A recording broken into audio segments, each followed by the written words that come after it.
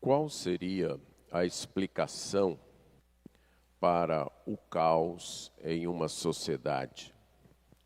Qual seria a explicação para a opressão, a violência, a falta de respeito, a falta de segurança, a falta de ordem, a falta de alimentos? Em suma, qual a explicação para uma sociedade em ruínas?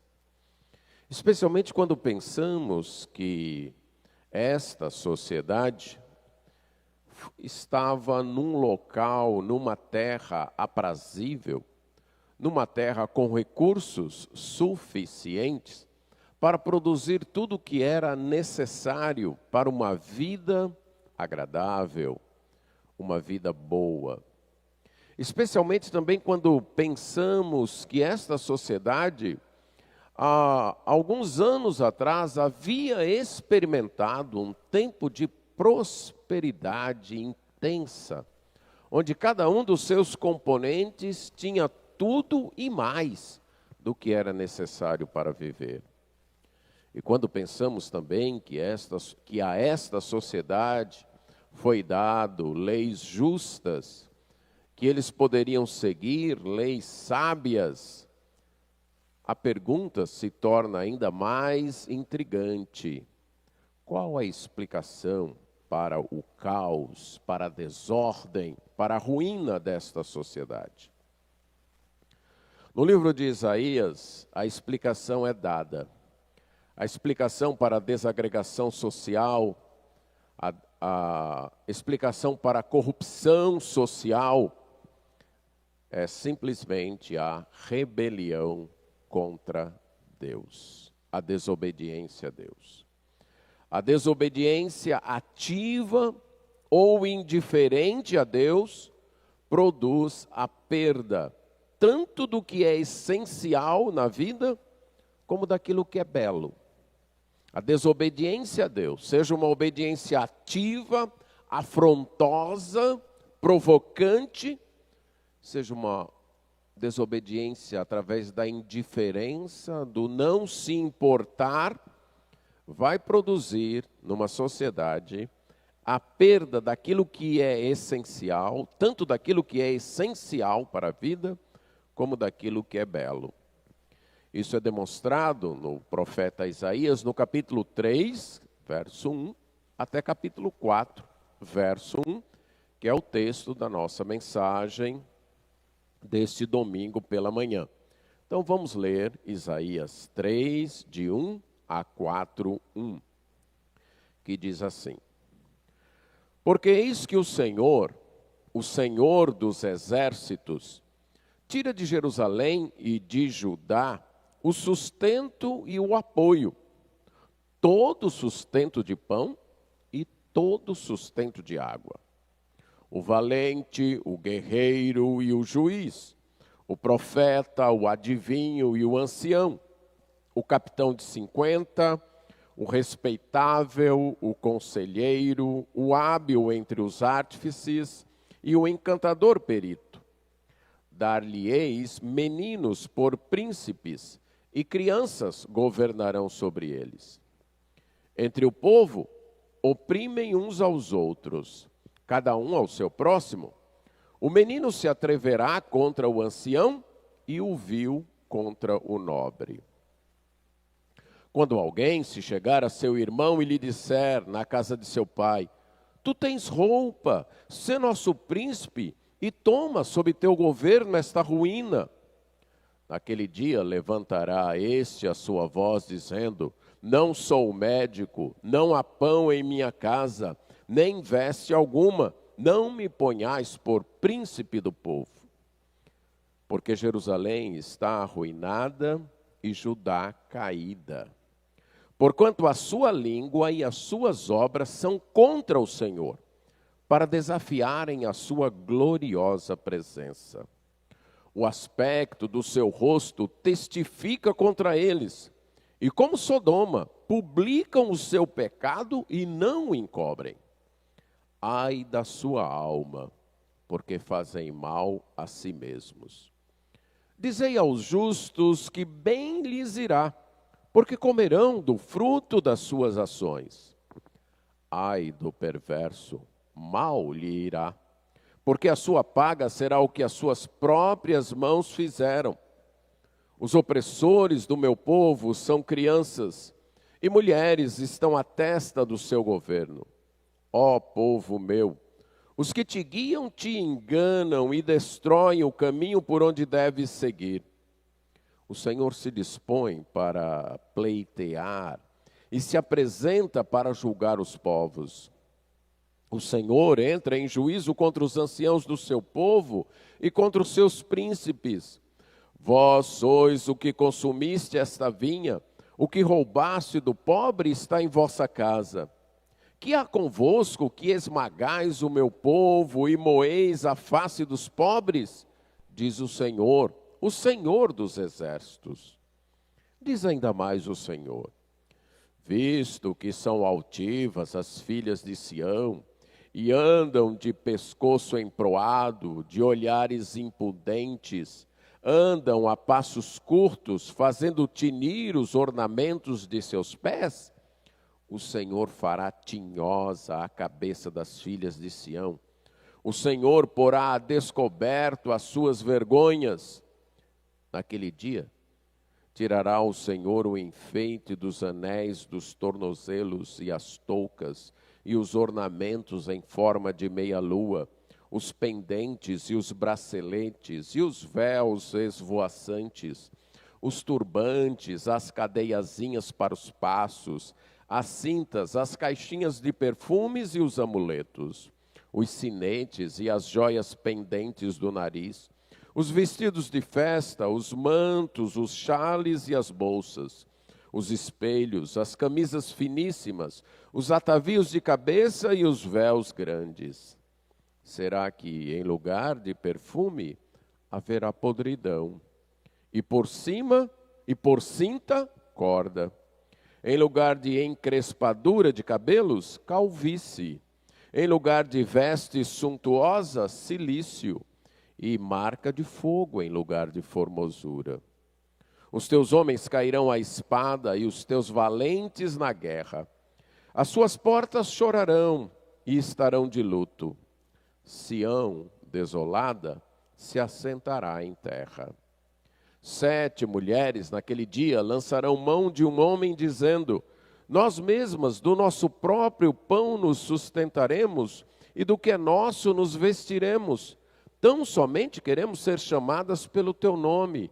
Tira o nosso opróbrio. Vamos orar.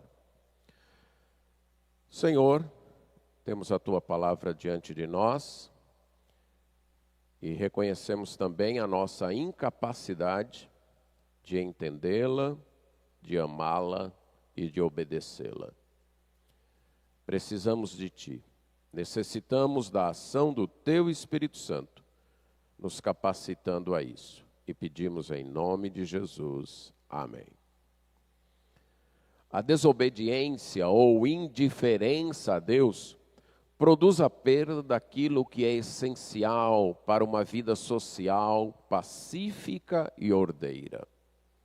Estamos estudando o livro de Isaías, um livro que contém as profecias proferidas por Isaías durante o ministério desse profeta de mais de 50 anos.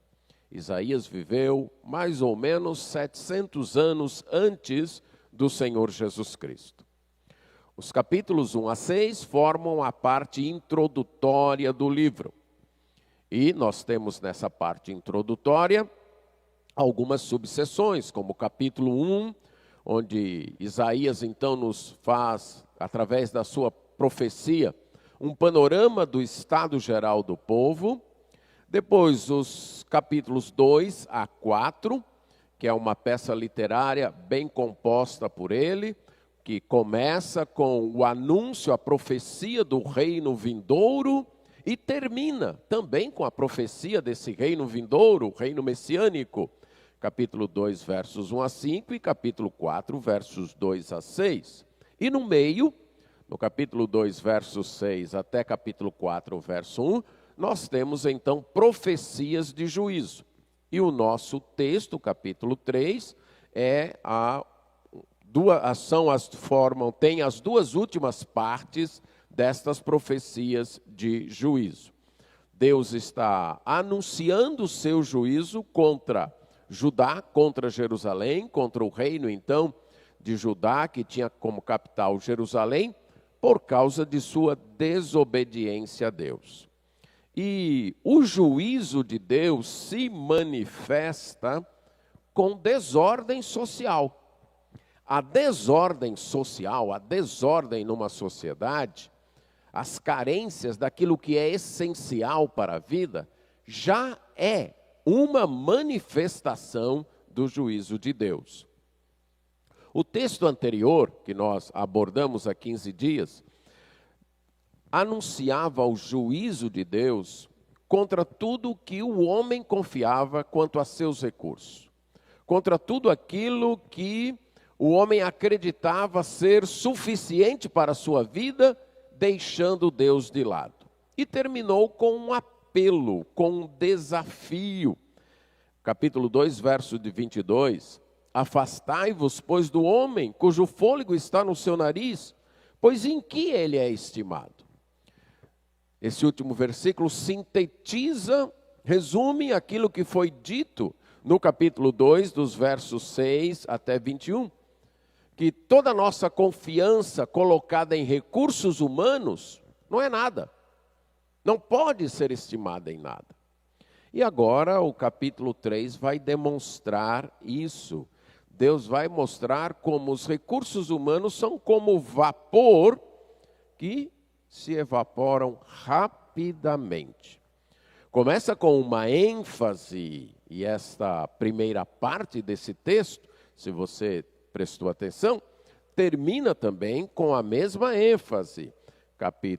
Versículo 1 e versículo 15, o nome de Deus, o Senhor dos exércitos, e termina no verso 15, diz o Senhor dos exércitos. A primeira palavra Senhor, que normalmente nas versões em português tem a primeira letra maiúscula, e as outras letras minúsculas, falam do nome Adonai, que significa meu dono, meu patrão, meu mestre, aquele que tem direito de mando sobre mim.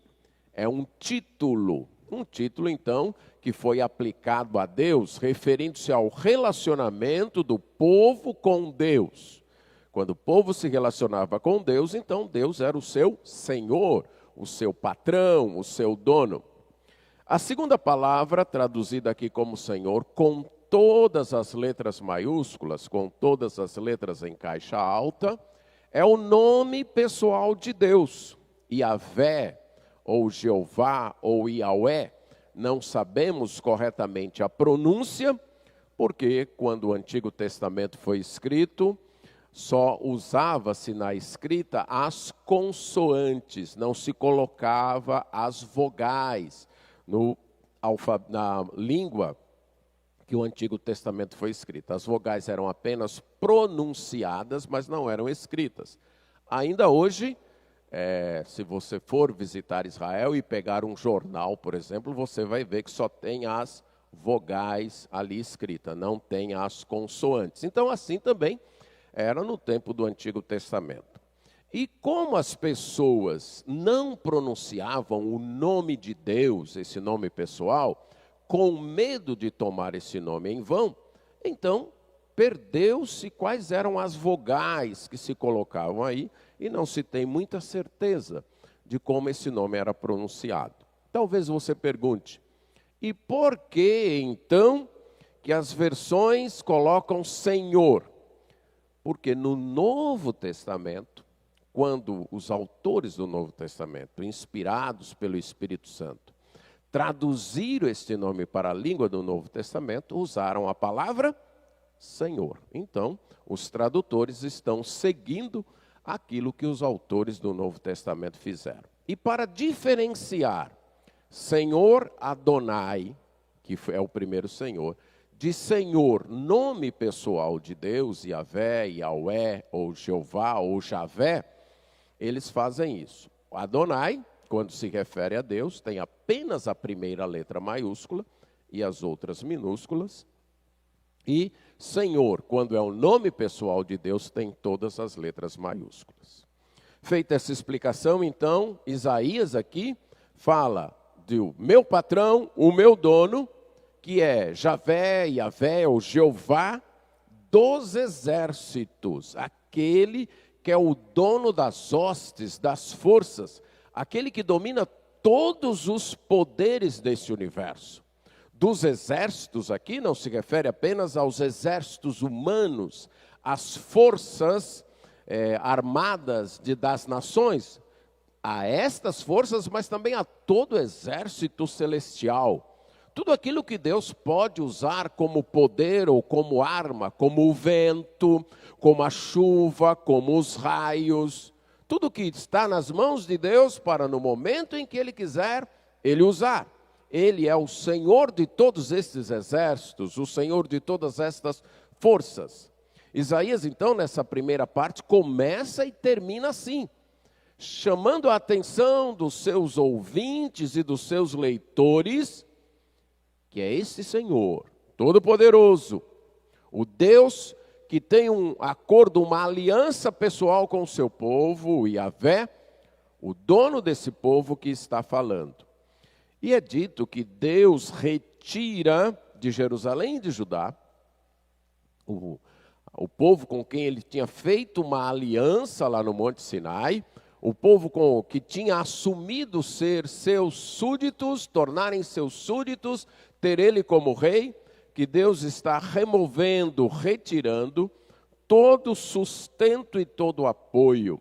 As palavras aqui traduzidas como sustento e apoio têm uma raiz comum.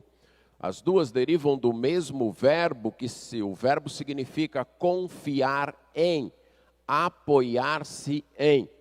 Por isso que um dos substantivos que originou-se desse verbo tem a ideia de apoio, aquilo no qual a pessoa se apoia, ou, aqui traduzido como sustento, fala de um bordão, de um cajado, de algo que as pessoas utilizavam como uma bengala para se apoiar, para se firmar.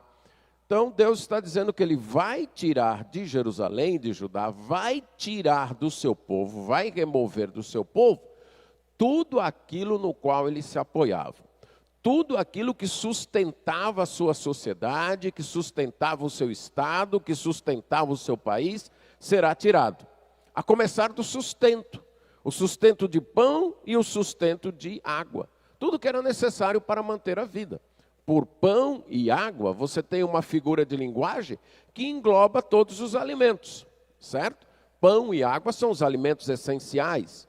E quando então é utilizado nesse contexto, fala, Deus vai tirar tudo que é alimento, tudo que serve como alimento para sustentar a vida. O pão e a água. Mas não só isso, Deus vai tirar também toda a liderança.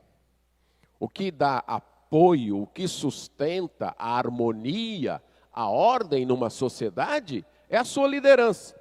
Tanto a liderança formal como a liderança informal. É esta liderança que sustenta uma sociedade. Além do alimento, é preciso ter uma liderança. E Deus vai retirar a liderança militar, o valente e o guerreiro, termos que falavam de heróis de guerra, de soldados. Deus vai retirar. Vai retirar também a liderança jurídica, o juiz, ele vai retirar. Vai retirar a liderança religiosa, seja a correta ou a incorreta. O profeta e o adivinho, Deus vai retirar essa liderança. A liderança religiosa que anunciava ao povo o que eles deveriam fazer, Deus vai retirar a liderança política, o ancião, o conselho de ancião, aqueles que escolhidos então em cada grande clã formavam um conselho para liderar o povo. Deus vai retirar. Deus vai retirar a liderança local, o capitão de 50, como se fosse o capitão de uma força policial local, Deus vai retirar. E Deus vai retirar também a liderança informal, o respeitável, o conselheiro.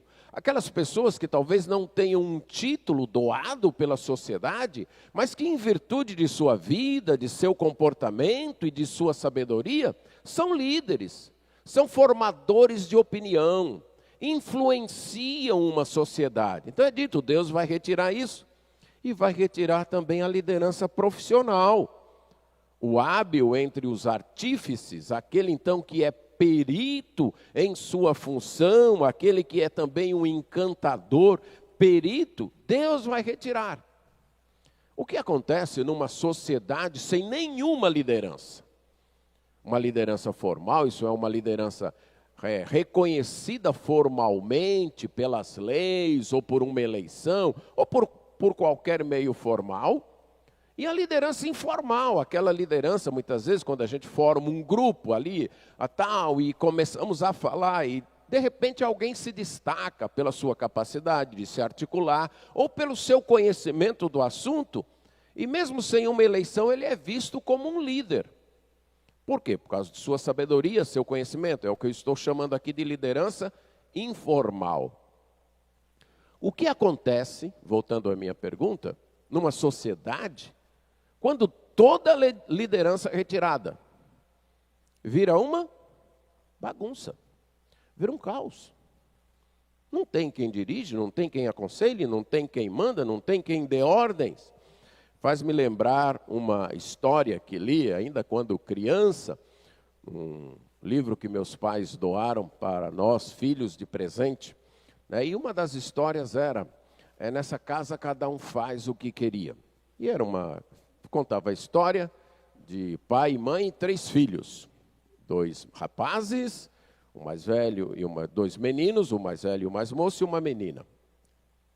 E eles reclamavam muito das ordens do pai. A gente tem que fazer sempre o que papai quer, o que mamãe manda e tal. Nessa casa cada um devia fazer o que queria.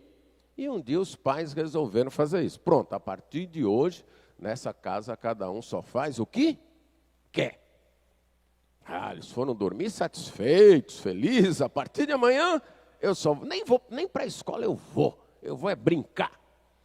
Aí quando eles acordaram, que correram para a mesa, não tinha café pronto. E mamãe, o café? Não, eu não quis fazer. Nessa casa cada um só faz o que quer. Eu não quis fazer café. Saíram. E eu e o seu pai decidimos ir tomar café lá na cafeteria. E nós não queremos levar vocês. Vocês vão ficar aí, deem um jeito. Aí cada um foi para a geladeira, pegou o que podia pegar, comeu e saíram para brincar. Não precisava ir para a escola. Cada um só fazia o que queria. Deu meio-dia, o estômago pedindo comida, eles voltam para casa e quando chega, a casa vazia. Mamãe não quis fazer almoço porque cada um só fazia o que queria. O mais novo era mais esperto, foi na geladeira, pegou o único bolinho de carne que ainda tinha e passou para dentro e os outros 2 ficaram ali olhando. Não durou muito tempo e aquelas crianças pediram para voltar como era antes, porque ficou muito claro que não dá certo, até numa família pequena, 5 pessoas. Não é nada grandioso, não é? Não dá certo viver numa sociedade sem liderança. Quando Deus retira a liderança, já é sinal de juízo. A sociedade entra em caos. Agora, Deus retira a liderança e coloca no lugar uma liderança imatura, insensata. Eu vou dar a eles meninos por príncipes. Eu vou dar... A ideia de menino aqui é gente que não tem cabeça para liderar uma nação. Não tem a maturidade necessária. E crianças. E a palavra crianças aqui também tem a ideia de gente caprichosa ou gente devassa. Isso é as últimas pessoas que se iam querer numa liderança. Em qualquer liderança, ainda mais na liderança de uma nação, pessoas imaturas, que não sabem o que é liderar, que não sabem o que é liderar uma nação, e pessoas devassas, pessoas caprichosas, pessoas que irão governar de acordo com seus interesses mesquinhos, devassos, e não irão liderar de acordo com o que é melhor para a nação. Líderes incompetentes e não confiáveis. É triste. Imagine você que tem uma empresa ter um funcionário que, além de incompetente, não é confiável, né? Duas qualidades essenciais para qualquer função. Qualquer função. Competência e confiabilidade. Você vai levar seu carro no mecânico. Você espera pelo menos essas duas coisas do mecânico, não é isso? Que ele seja competente, que ele saiba, ele entenda e que ele seja confiável. Que ele não queira passar você para trás. Deus iria retirar a liderança competente, confiável e dar uma liderança imatura, uma liderança mesquinha. E essa desagregação social, então, por essa falta de liderança, vai ser descrita agora. O que vai haver? Verso 5, opressão. As pessoas oprimindo umas às outras. A falta de liderança causa uma desordem. Imagine, então, na nossa cidade, se não houvesse liderança, se não houvesse fiscalização. Vamos pensar só num segmento da nossa sociedade, o trânsito. Imagine um trânsito sem liderança, um trânsito sem lei, um trânsito sem fiscalização. Seria arriscado até nós nos aventurarmos a caminhar nas ruas.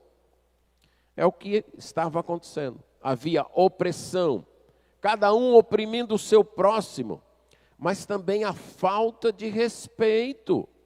O menino sendo atrevido com o idoso, com o ancião. O vil, isso é o canalha, o sem honra, sendo atrevido com a pessoa honrada. Quando isso acontece, já é juízo de Deus. Quando você tem uma sociedade onde os mais novos não respeitam os mais velhos, filhos não respeitam pais, alunos não respeitam professores, liderados não respeitam seus líderes, as autoridades não são respeitadas, já é sinal do juízo de Deus. Já é sinal que Deus está julgando aquela sociedade. O juízo de Deus já está sobre aquela sociedade. Quando você tem uma sociedade onde aquele que é vil, aquele que não tem vergonha, aquele que não tem honra, aquele que é canalha,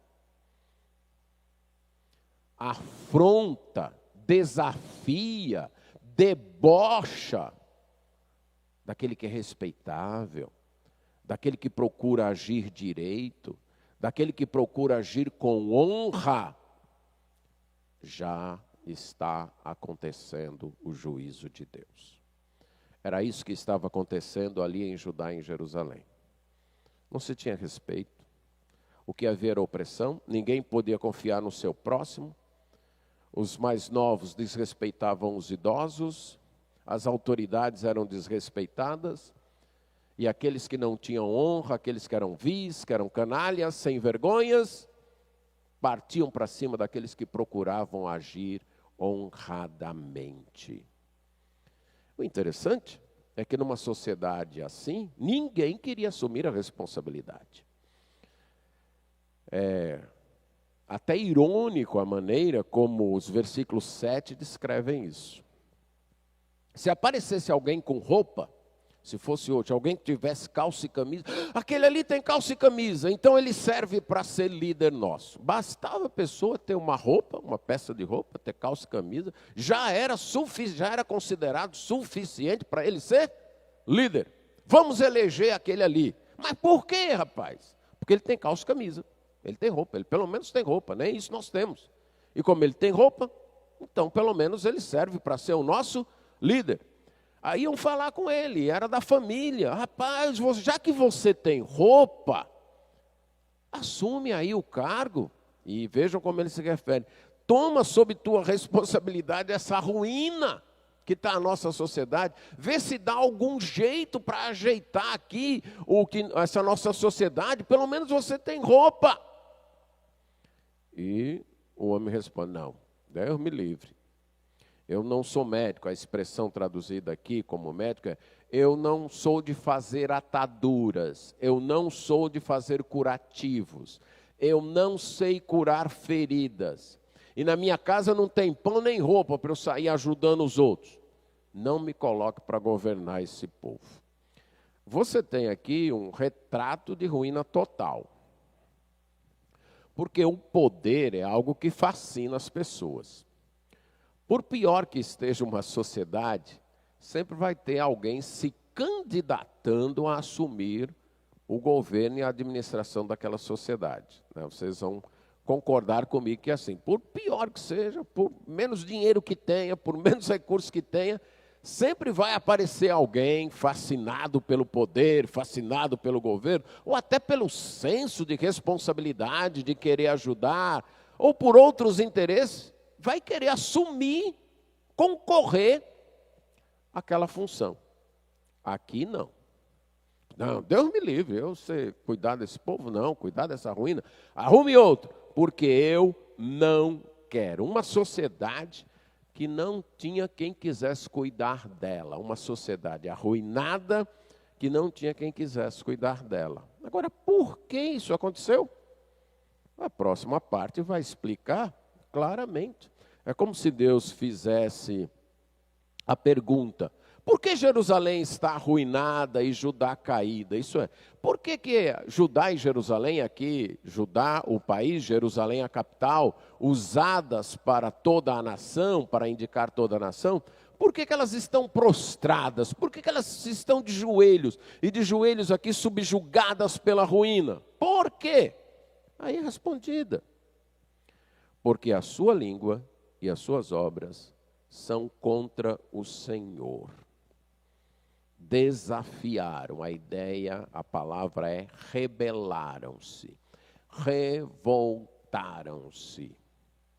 A causa da desordem social, da desarmonia social, da perda dos elementos essenciais para ter uma sociedade coesa, harmônica, ordeira, que proporcione a vida, é só uma: rebeldia contra Deus. Revolta contra Deus. O que faz uma sociedade ter os mais novos sem respeitar os mais velhos? Ter os que não têm honra sem respeitar os que têm honra. Haver opressão, violência, falta de recursos. Revolta contra Deus. Aqui, a ideia é muito clara. Imagine você, líder de um grupo.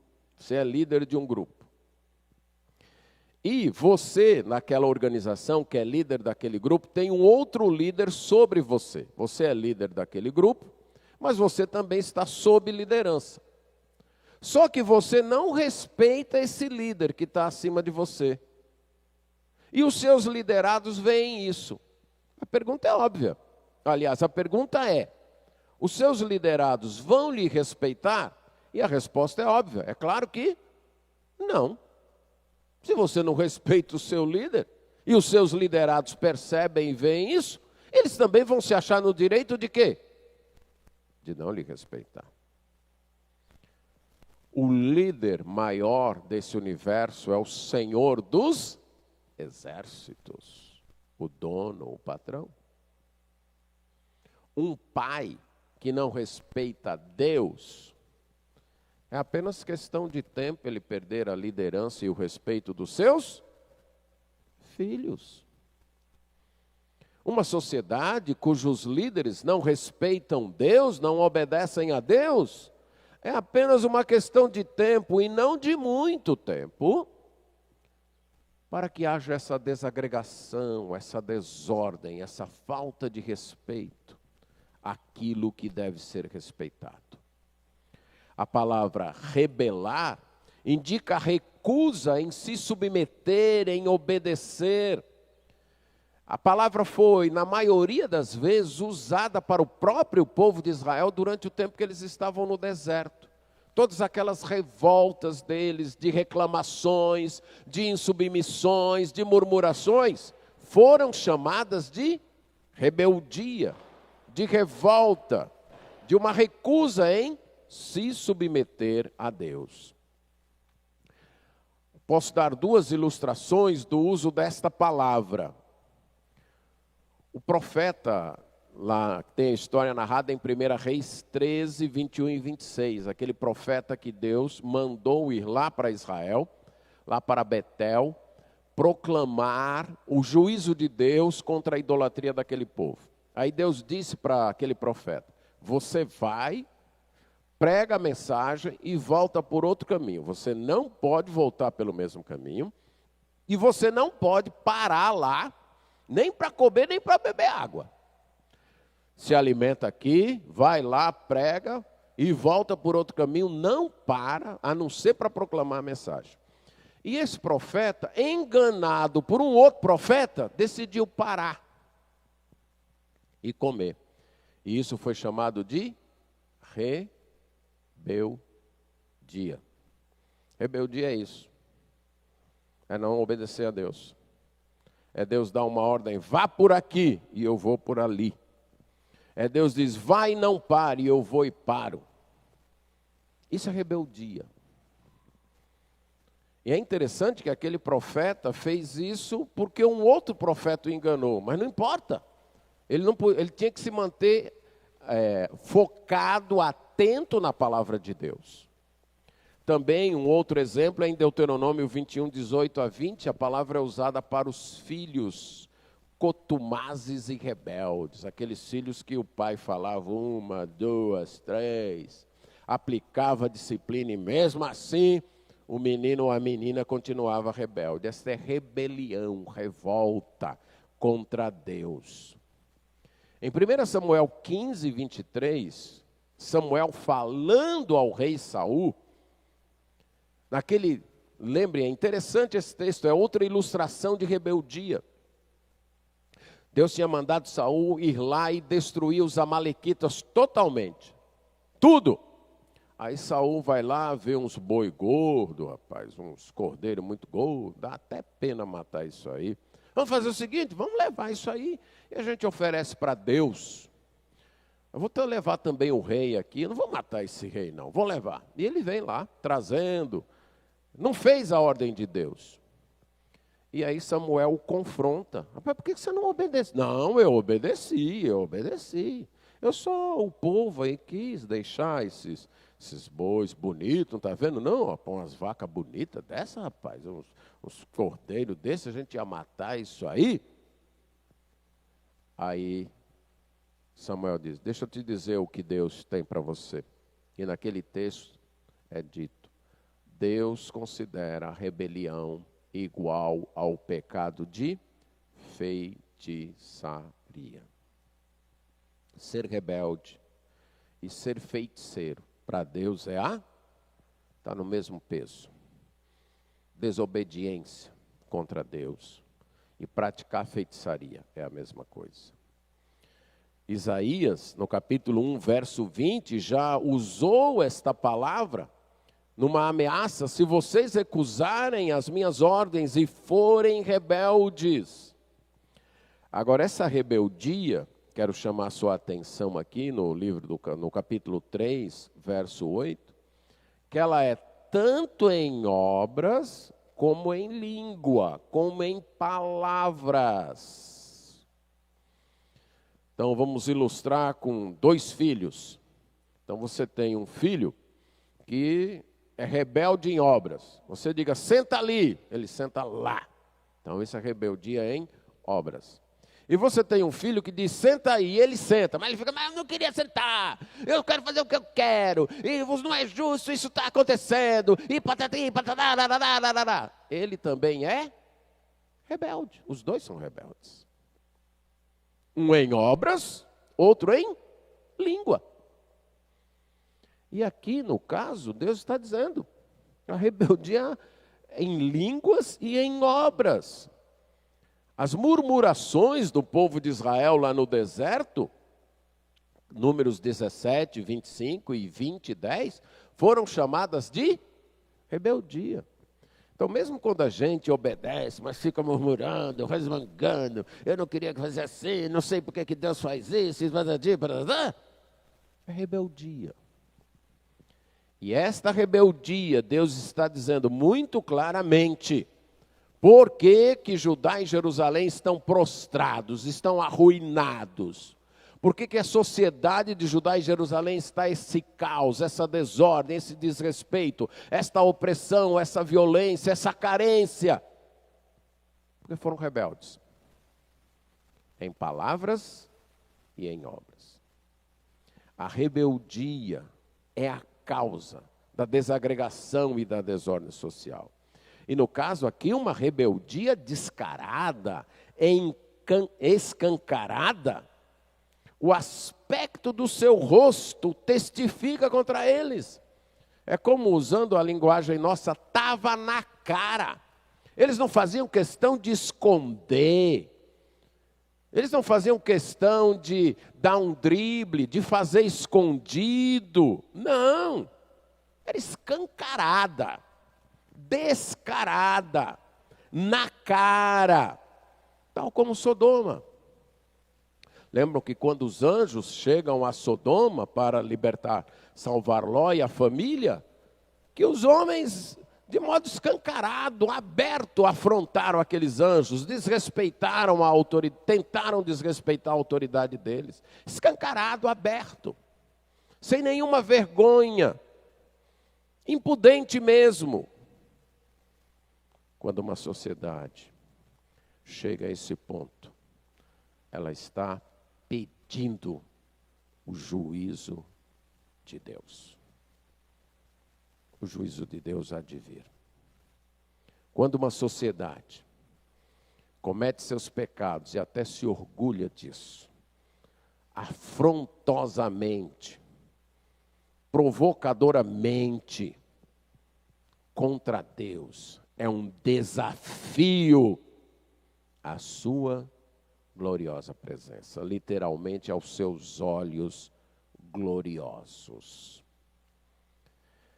Não estamos abandonados neste mundo, não estamos sozinhos nesse mundo. Esse mundo foi criado por Deus, e este mundo, no sentido de planeta Terra, de universo, ele pertence a Deus.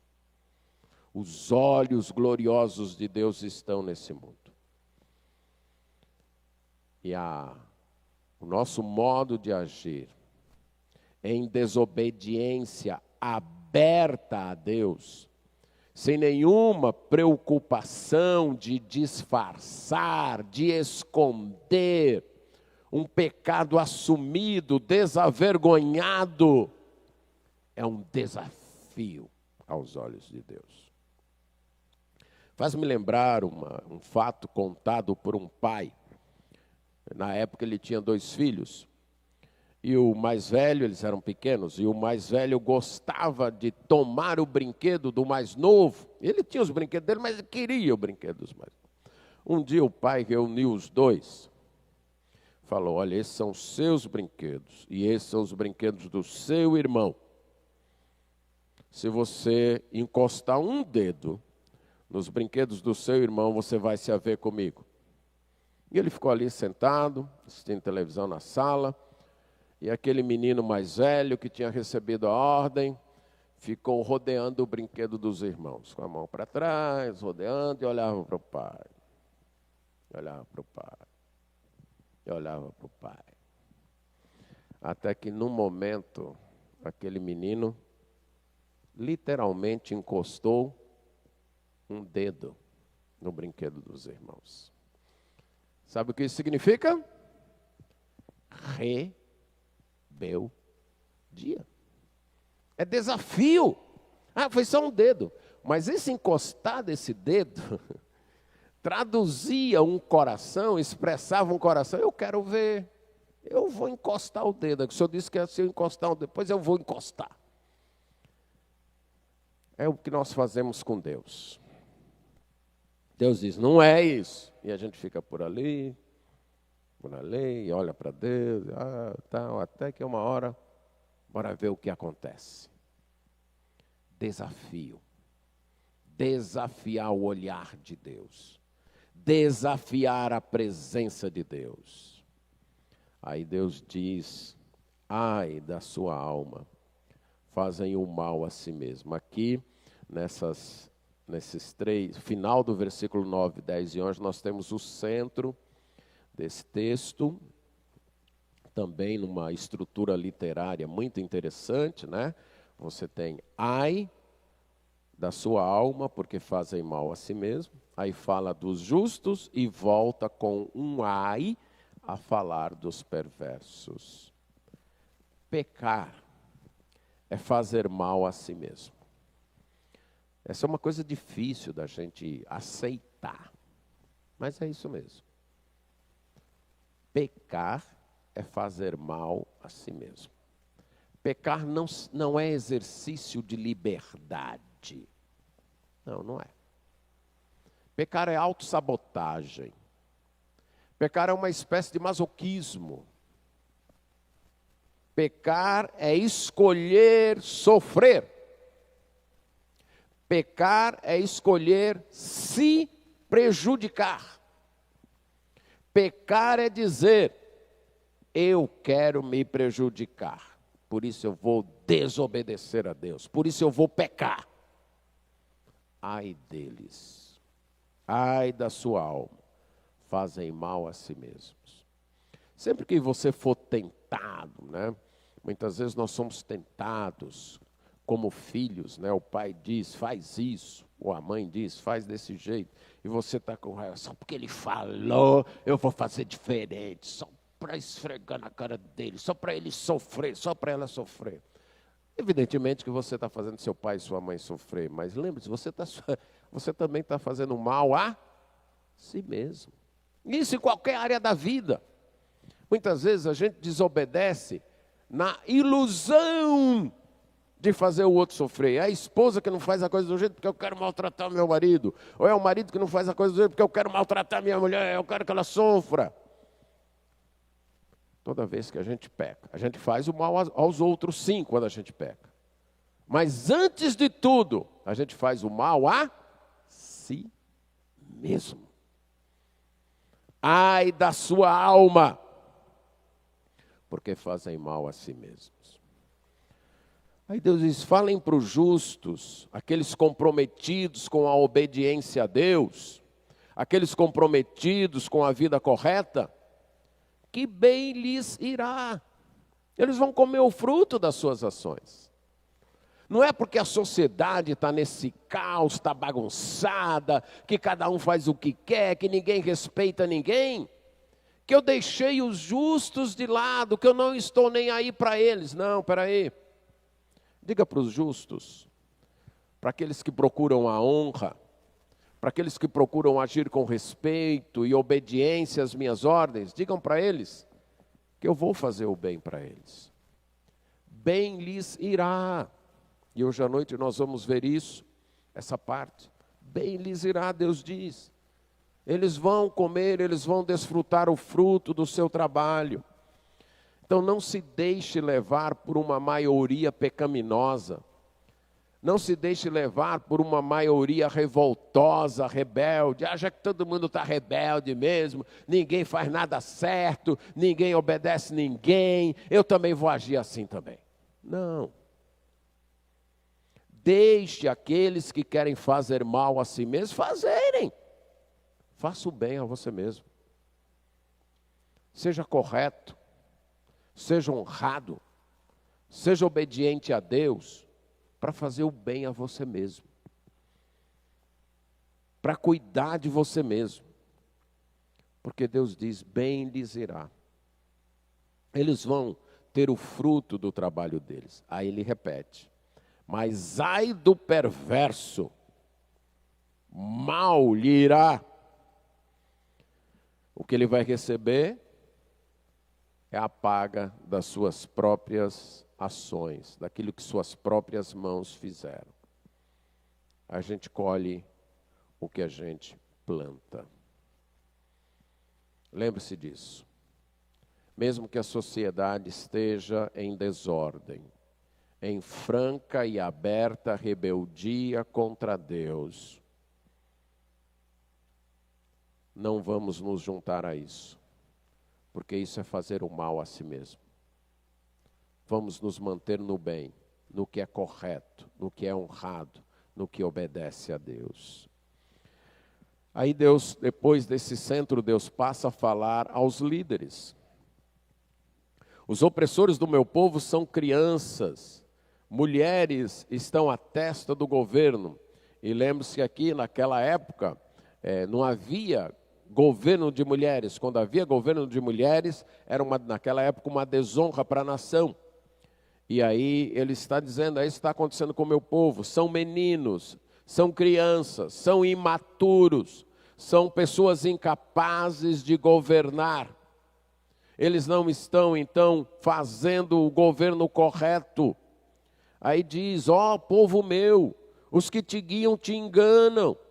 Eles te desviam do caminho que você deve seguir. Aqueles líderes que deveriam guiar o povo no caminho correto, estavam extraviando, enganando, levando o povo pelo caminho errado.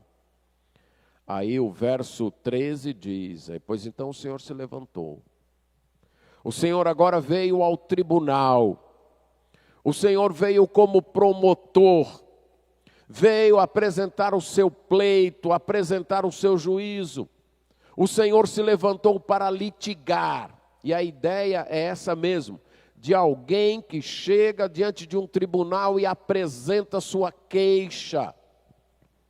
E o Senhor se levantou para trazer a sua queixa, para trazer o seu pleito diante dos povos, ou melhor, contra os povos, para julgar os povos. E ele está entrando em juízo contra os anciãos, contra os líderes, contra os príncipes. Por quê? Corrupção, exploração. Vocês consumiram, vocês destruíram a minha vinha. Deus compara Israel, o seu povo, a uma plantação de uvas, que era dele. E ele colocou administradores sobre essa plantação de uva, e o que eles fizeram? Destruíram, acabaram, roubaram do pobre, levaram para suas casas, enriqueceram à custa dos mais humildes, dos que não tinham poder para se defender. Esse foi o tipo de governo e administração que eles fizeram. E Deus disse, eu estou me levantando, não pensem que isso vai ficar sem juízo, não pensem que isso vai ficar sem julgamento. Eu estou me levantando contra os povos, contra os seus líderes, porque ao invés de guiarem o povo para o caminho correto, ao invés de administrarem o povo de uma maneira correta, guiaram para o caminho errado, destruíram o povo, roubaram, exploraram o povo. E aí Deus pergunta, o que vocês têm na cabeça? Verso 15, que há com vocês? O que é que vocês têm na cabeça que vocês esmagam, moem? E aqui a linguagem é forte, é como se vocês pegassem os pobres, os desprovidos de poder, aqueles que não são capazes de lutar por eles mesmos, e vocês colocassem dentro de um moinho e ficassem moendo, acabando com eles. O que é que vocês têm na cabeça para fazer isso? Eu estou me levantando e eu vou julgar vocês. E termina reafirmando a autoridade dele. Diz o Senhor dos exércitos. Quando nós temos uma sociedade com desordem, com desagregação, com desrespeito, com desarmonia, já é sinal do juízo de Deus. Compete ao povo de Deus duas coisas: clamar a Deus prostrar-se diante de Deus, pedindo misericórdia e fazer o bem. E não se juntar a essa rebeldia, a essa maldade. Não se fazer igual a este povo rebelde. Clamemos a Deus, busquemos a Ele. Vivemos um tempo de aberta rebeldia contra Deus, de desrespeito aberto aos princípios de Deus, à palavra de Deus.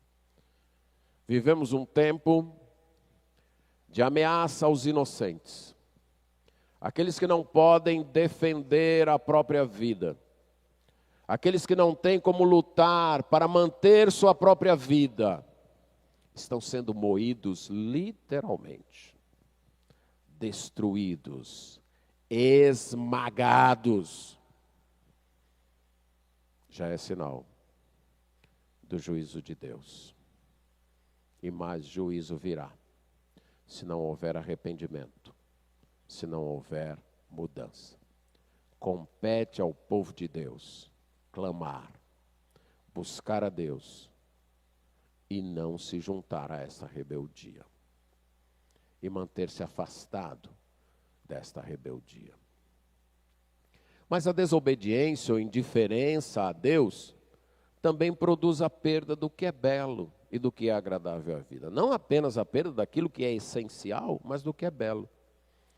Há certas coisas na vida que não são essenciais, mas que dão um toque de alegria, dão um certo charme à vida, dão uma certa beleza, produzem uma certa admiração. É como se nos fizesse olhar e ver, vale a pena viver. Esse mundo tem seus problemas, mas olha, aquilo como é bonito, olha aquilo como é charmoso. E dá um toque de alegria, de charme, de beleza, de deleite, de prazer. É algo proporcionado por Deus, mas que deve ser desfrutado debaixo da obediência dele. Quando isso não acontece, o juízo vem. E isso é demonstrado no texto através das mulheres chamadas de filhas de Sião. É a próxima parte aqui, a segunda parte desse texto. E Deus diz, visto que, já que as filhas de Sião são altivas, arrogantes, orgulhosas, andam de pescoço emproado, pescoço esticado, arrogantes. Numa sociedade desagregada, de opressão, lá estão estas moças e mulheres, andando altivas, orgulhosas, pescoço empinado. Mas não só isso, olhares impudentes, flertando. Pescoço empinado, mas aqueles olhares tentando seduzir para um e para outro, você pode imaginar, um toque no cabelo, um toque charmoso, tudo aquilo visando chamar atenção, visando seduzir, visando afrontar. Orgulho e falta de vergonha, caminhando juntos. Ali, mas os olhares flertando para um lado, flertando para o outro, procurando chamar a atenção. Um andar afetado, andar a passos curtos, talvez se escrevesse aqui em nosso contexto, andando rebolando, mexendo as ancas, procurando chamar a atenção. A ideia era andar de modo a, olhem para mim, como eu sou bonita. Olhem para mim, como eu tenho um corpo bem feito. Olhem para mim, vejam os meus enfeites. Então elas tinham um tipo de enfeite que colocavam no tornozelo e ele tinia, né? Ele fazia um barulhinho. Então elas andavam de um jeito, de uma maneira, com passos curtos, para aquele tinido ser bem saliente, ser bem afetado. De maneira que quando passassem, todos os homens pudessem olhar. Não é algo muito comum ao mundo feminino, vocês vão de convir comigo. Mas acontecia com as filhas de Sião, as mulheres lá de Jerusalém. Deus não está indiferente a isso. A gente tem a mania de viver e absorver os costumes, né? Já que todo mundo faz. Está vendo? Não, toda moça é assim, toda mulher anda assim. Aí a gente absorve isso na roupa, nos enfeites, no jeito de andar, no jeito de se portar. E já que todo mundo faz, Deus talvez não está nem aí para isso. Deus fará tinhosa a cabeça das filhas de Sião. Deus vai cobrir de sarna, é a ideia, a cabeça delas. Aquilo no qual elas se orgulham, certo? Ter um bonito penteado, não vai poder ter. Por quê? Porque Deus vai encher a cabeça de sarna, certo? Vai descobrir suas vergonhas. Elas não querem se mostrar, elas não querem ser vistas. Pois elas vão ser vistas agora. Elas vão ser vistas. Vai vir o cativeiro, eu vou trazer um povo de fora e vai levá-las em cativo nuas. Pronto, agora elas vão ser vistas. Mas você há de admitir que tem uma diferença muito grande entre uma mulher ou moça que quer ser vista por insinuar mostrar e não mostra, ou quando mostra apenas o que quer, e uma mulher ou moça que é forçada a mostrar, violentada para poder mostrar. Num é charme, no outro é vergonha. E Deus está dizendo, já que querem mostrar, pois vão mostrar. Vai vir uma nação, e era um costume na época, as nações, quando pegavam então, invadiam, pegavam as mulheres, amarravam umas às outras com cordas, e muitas vezes levavam nuas embora. A ideia era envergonhar mesmo. Mandava rapar a cabeça, e a ideia é envergonhar mesmo. É como se Deus dissesse, não querem mostrar? Pois vão mostrar. Eu vou cobrir de sarna. Eu vou remover os enfeites. E aí, nós temos uma lista interessante de enfeites, né? 21 objetos são descritos de enfeites. Não se tem ideia muito clara do que é cada um, mas isso não é importante para o entendimento do texto. Há uma construção um tanto primorosa feita por Isaías. Ele coloca de modo repartido e rimado, na língua original isso é rimado, e a ideia é ele criar uma sonoridade. Quando alguém lesse o texto, imaginar a sonoridade desses objetos. Os anéis, que eu já disse, colocavam nos tornozelos, toucas, certo? Enfeites de meia-lua, normalmente grinaldas colocadas na testa, e aqui tinha uma meia-lua.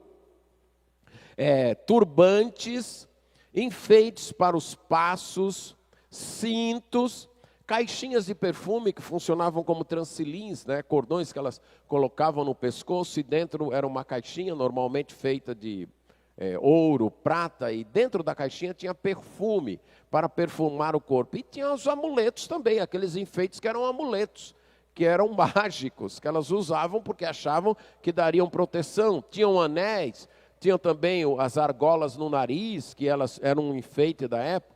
Tinha os vestidos de festas, capas, mantos, chales, bolsas, espelhos para ficarem se olhando, vestidos, atavios, véus longos. Tudo isso, Deus diz, eu vou tirar. Não é isso que vocês acham que fazem vocês bonitas? Muitas vezes vocês no trabalho não é só para isso, para ter essas coisas. Vocês não usam isso para se mostrarem, para chamarem atenção, para manterem um pescoço empinado e para andarem aí seduzindo? Eu vou tirar tudo isso, vou tirar. E aí você veja o que ele diz também de uma forma, verso 24, foi construído também de uma forma rimada. Em lugar de perfume, podridão. Em lugar de cinta, corda. Em lugar de penteados, calvície. Em lugar de veste suntuosa, pano de saco. E queimadura em lugar de formosura. Sim. As moças, quando Deus agisse, não iriam cheirar bem. Não seria perfume. Teria um cheiro de podre. Se você acha difícil isso acontecer, leia alguns exemplos da história da humanidade, quando se pega um bocado de gente, homens ou mulheres, e se joga numa cadeia ou num alojamento, como nos campos de concentração de Auschwitz e outros, onde não se tem água suficiente para tomar banho, onde todo mundo faz suas necessidades num balde comum. E aí você vai ter uma ideia do que é isso aqui. Um lugar de perfume, este cheiro mau. No lugar de uma cinta, uma corda, como eu já expliquei. Ao invés de ter os seus cintos bonitos, elas seriam cada uma amarrada numa corda e sendo levada cativos. No lugar de um penteado bem feito, aqui traduzido como encrespadura de cabelo, quer dizer, a ideia de um penteado bem arrumado, bonito, mas sem cabelo nenhum, careca mesmo. No lugar de roupas finas, pano de saco, pano grosseiro, colocado sobre o corpo, que feria a pele. E queimadura, marcas de fogo, no lugar de formosura. Cicatrizes é o que elas teriam para mostrar. Não apenas isso, mas a perda familiar. Os teus homens cairão à espada e os teus valentes na guerra.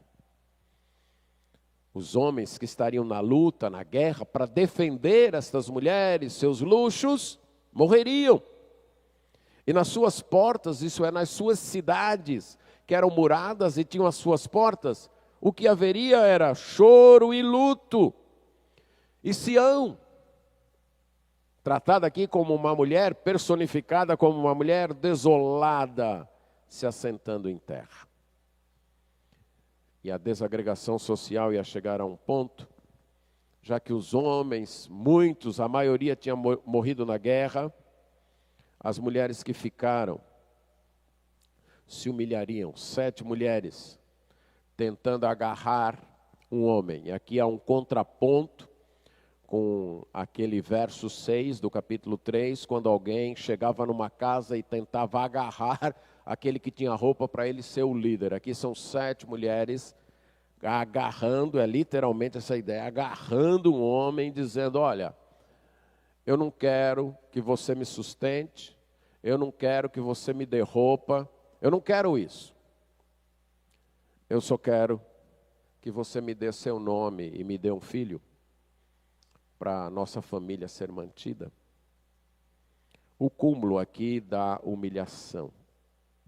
Tristeza, insegurança, nossa terra ficou desolada, nós precisamos repovoar essa terra, não temos um futuro, não temos uma próxima geração. Isso ocasionava então esse desespero nestas mulheres, que abdicavam aí de toda a honra, abdicavam de todo respeito próprio, se prontificavam até a ser uma concubina, desde que elas pudessem ter um nome, ter uma família, ter um companheirismo, ter filhos. Aquelas que antes eram altivas, de pescoço empinado, carregadas de joias, talvez algumas delas até desprezassem a proposta de alguns rapazes, agora estão correndo atrás de qualquer um, porque querem apenas um nome, uma família.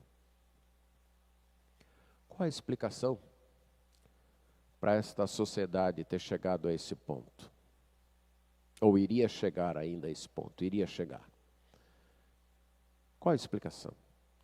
Uma sociedade que, uns 200 anos antes, na época de Salomão, é dito que as pratas eram como pedra. Ninguém valorizava a prata, que tinha tanta, que é como pedra. Ah, rapaz, eu tenho prata. Prata eu também tenho. Todo mundo tinha. Uma sociedade que diz que é descrita como havia tanta segurança, conforto, que cada um habitava debaixo da sua figueira, da sua videira. A ideia, cada um vivia muito bem. E o que está acontecendo? O que aconteceu para chegar a esse ponto? Com opressão, com violência, com falta de respeito, de segurança. O que aconteceu? Desobediência e indiferença a Deus. Rebeldia em palavras e obras. A rebeldia produz a perda do que é essencial, mas produz também a perda daquilo que é belo, daquilo que dá gosto à vida. A desobediência torna a vida impossível e torna a vida feia, desagradável. Diante de uma sociedade que infelizmente não ficou lá 7 séculos antes de Isaías, mas que tem continuado, tanto na sua opressão, no seu desrespeito, numa liderança corrupta e em mulheres desavergonhadas e arrogantes no seu modo de se trajar, de andar, de se portar, o juízo de Deus virá. Virá em forma de desagregação social, de desordem, de opressão, virá. De destruição da família, é o que a gente vê no capítulo 4, verso 1, né? Destruição da família, o juízo de Deus virá. Compete ao povo de Deus clamar a Deus e manter-se fiel. Não se deixar levar por esta rebeldia. Amém.